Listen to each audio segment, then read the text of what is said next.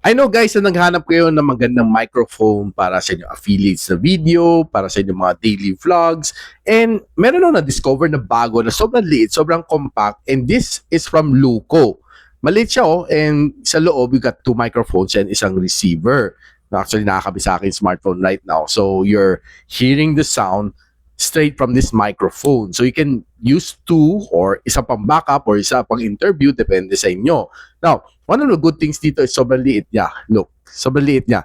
And I'm so happy naman na ikiklip ko man dito sa akin damit or just simply hawakan ko lang ng gano'n. Sobrang liit niya. So cute, so compact.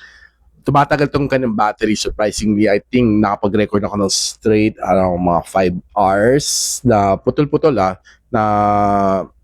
hindi na nilagay ko lang dito sa charging case niya. I think 5 to 6 hours kaya niya i-survive on a single mic, no? So kung dalawa, that's 12 hours worth ng recording. Unless na gamitin mo siya for interview, talagang mas mabilis maubos siya.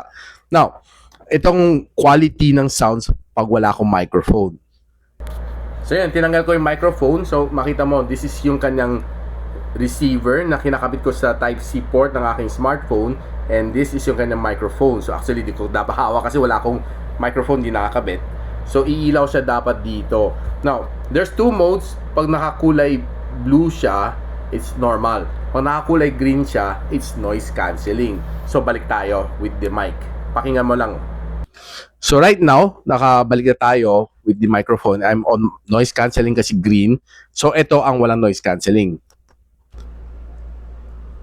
So naka-blue siya right now. So kamusta naman kanyang sound quality? Ako personally, mas gusto ko may noise cancelling, and ito yon. Yan, naka-green na siya. So okay guys, anong tingin nyo dito sa Luco na wireless microphone? Sobrang liit, sobrang compact. I really love it. Sarap mag-travel, mag-vlog together with this one. So if you're interested guys, yellow basket lang.